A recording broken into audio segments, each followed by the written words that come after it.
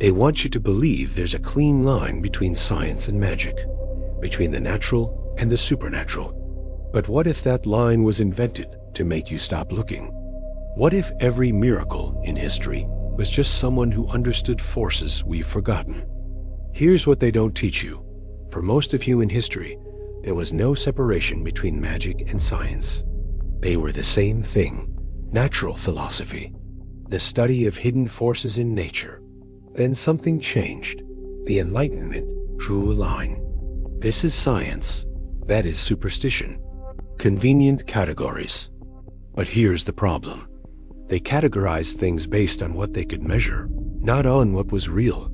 If you couldn't detect it with 18th century instruments, it became supernatural, which just meant we don't have the tools to understand this yet. But we call it magic. We call it impossible.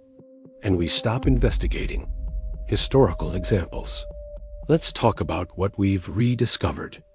Electromagnetic fields.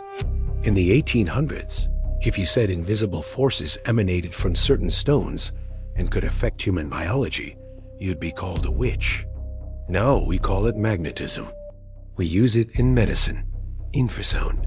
Frequencies below human hearing that cause dread, hallucinations, and the feeling of a presence in a room. Medieval people called these places haunted. We call it resonance at 18 hertz. Psychoactive compounds in plants. Shamans knew which fungi and herbs altered consciousness for thousands of years. We called it witchcraft. Now it's neuropharmacology. The magic didn't change. Our instruments got better. The biblical angle. Now let's go back further. The walls of Jericho. The Bible says trumpets brought them down. Skeptics say it's mythology. But here's what both sides miss. Resonance frequency is real physics. If you know the resonant frequency of a structure, the exact pitch that makes it vibrate itself apart, and you can generate that sound at sufficient amplitude, stone will crumble. We've proven this in labs. So the question isn't, did it happen? The question is, how did they know the frequency? The Ark of the Covenant, described in Exodus with precise measurements. Gold and acacia wood, 2 cherubim on top. And warnings. Touch it and die instantly.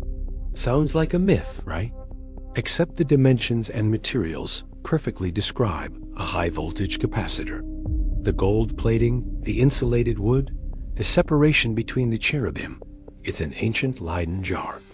Touch a charged capacitor, and you die instantly. Not by God's wrath, by electrocution. What if the miracle was just knowing how to build it? The deeper conspiracy. Here's where it gets uncomfortable. Every ancient tradition, Egyptian, Vedic, Hebrew, Chinese, describes the same thing. Sacred knowledge passed down from the gods or the ancestors. Techniques for manipulating natural forces. Healing, construction, agriculture, consciousness itself.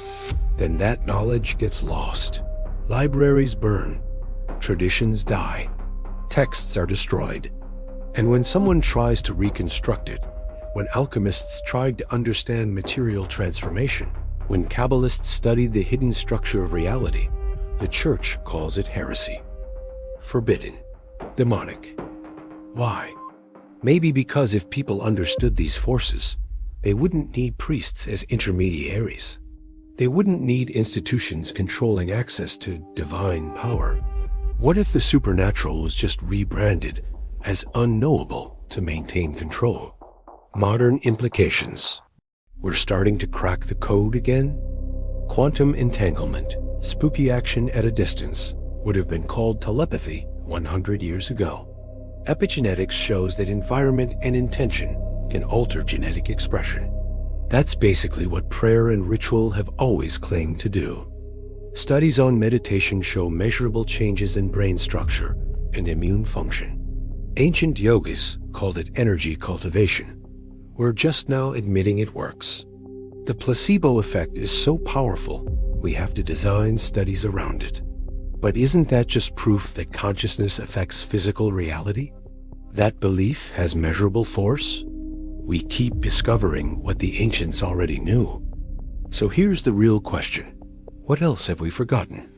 What forces are we still calling supernatural, simply because our instruments aren't sophisticated enough yet? And what if the grimoires, the sacred texts, the forbidden knowledge locked away in the Vatican archives? What if they're not mythology?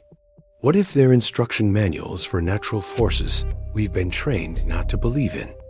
Magic isn't the opposite of science. It's just science we forgot how to measure. And maybe, just maybe, that forgetting wasn't an accident.